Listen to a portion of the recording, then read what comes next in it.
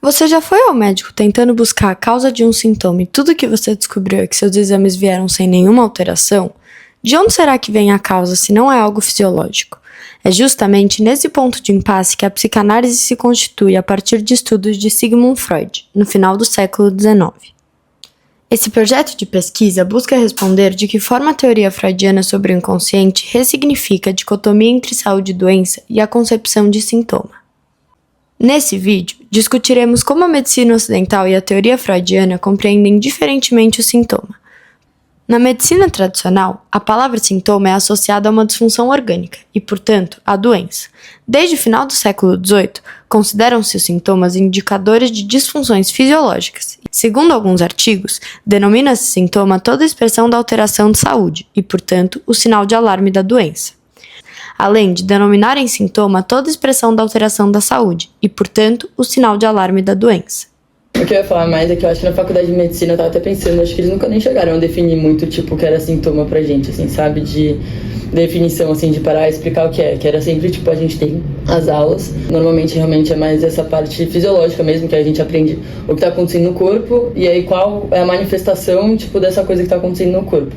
Acho que é meio nessa área, assim, bem fisiológica, um pouco a parte do sintoma e doença.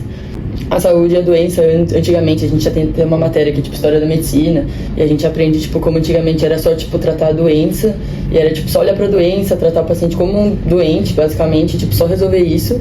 E hoje em dia tem toda uma outra visão, você tem que tratar, a gente aprende muito como tratar o paciente como um todo, então a gente aprende até perguntas de, tipo, perguntar do contexto da pessoa. A gente aprende hoje em dia muito mais a explorar mais essa parte do que só olhar pra doença em si. A dicotomia vista entre saúde e doença se mostra muito presente no saber médico. Várias definições pesquisadas sobre doença dizem que é a falta de saúde que a define, e a principal maneira de pensar sobre saúde é de que ela é a falta de doença. Se há um sintoma, o médico procura, nos exames, a causa fisiológica disso. Mas e quando não há causa orgânica aparente? A primeira coisa que a gente faz, pelo menos sendo bom que se faça, é uma investigação médica a respeito disso. Se essa parte que a gente chama de limpeza diária, se essa parte for aclarada que não tem nada orgânico, então nós vamos partir para a parte emocional. No final do século XIX, Sigmund Freud, médico neurologista, se depara com pacientes que apresentavam sintomas graves, sem qualquer base orgânica identificável, o que colocava em crise o modelo médico psiquiátrico. Durante seu estágio com outro médico, Jean-Martin Charcot, observaram que sintomas corporais eram gerados por traumas psíquicos. Foi então que se formulou uma pergunta decisiva: e se o sintoma não fosse apenas um erro do corpo, mas uma forma de expressão?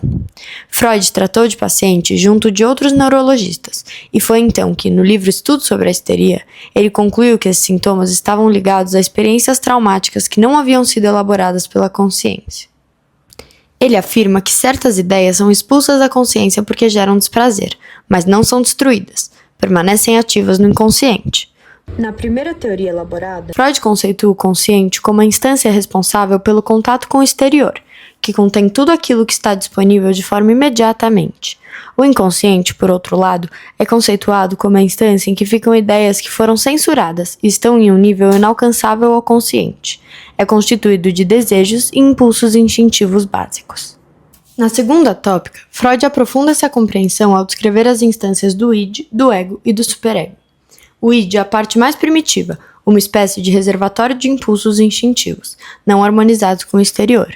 Aqui reina o princípio do prazer, cujo único intuito é a gratificação imediata e impulsiva, que satisfaz os desejos. O superego, por sua vez, é a instância moral que internaliza valores e regras sociais, atuando como um juiz que impõe ordens. Ele visa impedir que os impulsos do id se concretizem de forma como são. O ego, por fim, é o guia da realidade, a parte que lida com o exterior. Ele medeia os impulsos do id, as exigências do superego e as demandas do mundo externo. Nele fica o princípio da realidade, que concilia o que a sociedade exige do ser humano com seus desejos. Ele permite que o organismo viva no coletivo e tolere adiamentos de gratificação. Freud, depois de elaborar as duas tópicas, organiza o aparelho psíquico da seguinte maneira: o id é todo inconsciente, e o ego e o superego são parte consciente, parte inconsciente. Para ilustrar, a metáfora da mente como um iceberg é um bom exemplo. Depois dessa estruturação, foi preciso explicar melhor o mecanismo responsável por deslocar desejos e ideias até o inconsciente, o que Freud dá o nome de recalque ou repressão. Ele começa por elaborar que existe uma luta interna entre alguns desejos e a realidade. O ser humano, para viver em sociedade, não pode ser governado pelo princípio do prazer e deixar que seus desejos se expressem em estado puro. O mundo exterior impõe proibições que provocam a censura de desejos que são incondizentes com tal. Existe, portanto, um mecanismo de defesa do ego que desloca esses desejos, impedindo que eles entrem em contato com a mente consciente. E o que é o recalque? É quando você tem uma questão moral que entra em oposição à questão do desejo. Né? Então, quando existe este conflito entre a moral e o desejo, que fica inadmissível para a pessoa admitir este desejo, então um dos mecanismos que acabam acontecendo é o do recalque. Então, quando a gente está falando em moral e nós estamos falando em desejo, nós estamos falando em princípio de realidade e princípio de prazer.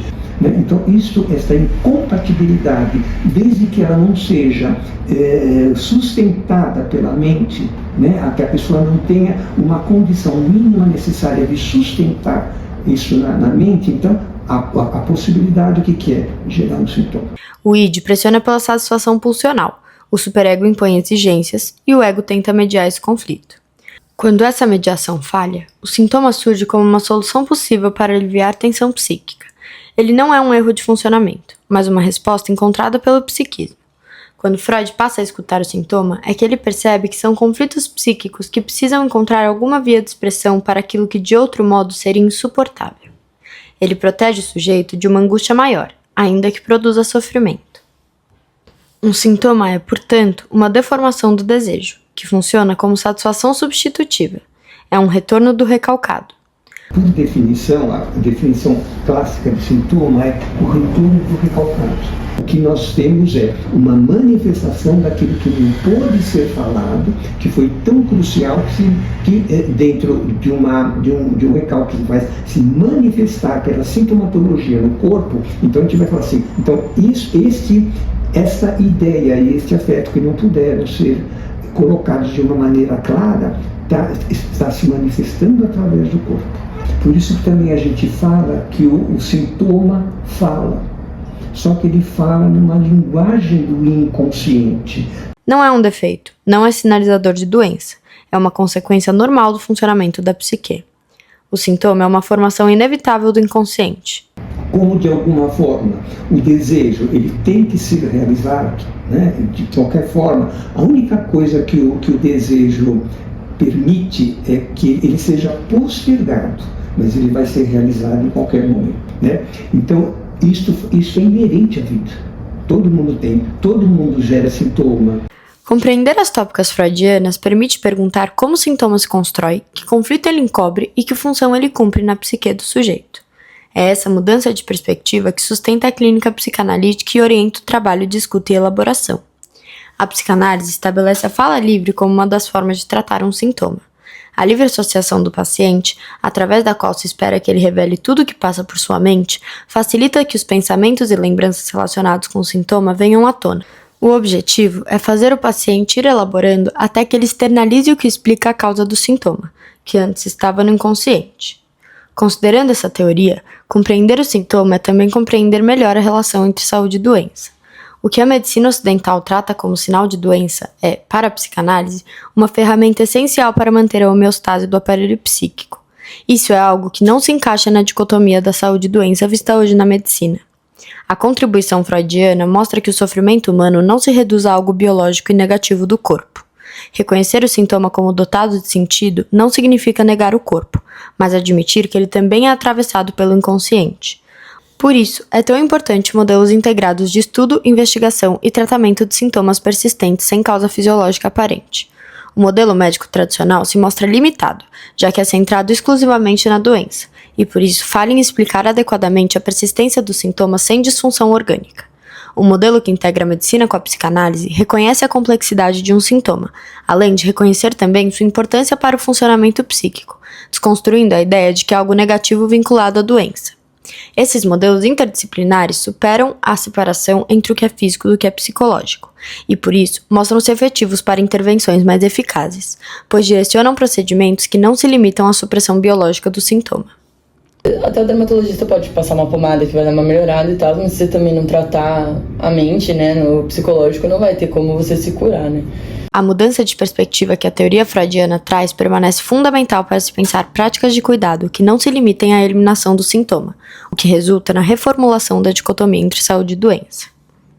Ademais, vale pensar no que a estudante de medicina trouxe na entrevista, que no contexto e realidades brasileiras, o acesso a psicoterapias e tratamento integrado se torna um desafio à classe médica, sendo necessário investimento e políticas públicas para garantir práticas de saúde mais humanizadas. Na minha área lá na Santa Casa, é mais hospital público, então a gente vê essa área de tentar integrar. Eu sei que tem muita essa ideia, a gente aprende muito de cuidado integral, cuidado com outras áreas, sempre juntar tudo, mas também tem a realidade de um hospital público que é difícil de encaminhar. Pode-se concluir, portanto, que o tratamento psicanalítico não substitui a medicina, ele a complementa, o que amplia a compreensão do significado de um indivíduo sintomático. Portanto, a mudança de perspectiva que a teoria freudiana traz permanece fundamental para se pensar práticas de cuidado que não se limitem à eliminação do sintoma. Isso resulta na reformulação da dicotomia entre saúde e doença. É importante pensar sobre as perspectivas acerca de o que um sintoma representa, para que o tratamento de um indivíduo sintomático seja o mais efetivo e humanizado possível. Para a pesquisa, foram relacionados teóricos que estudam concepções de saúde e doença, como Sigmund Freud, Christian Dunker e outros estudiosos da psicanálise, além de pesquisadores da área médica, como Peter Conrad e Joe Burham, além das entrevistas com Eric Abreu e Antônio Geraldo de Abreu.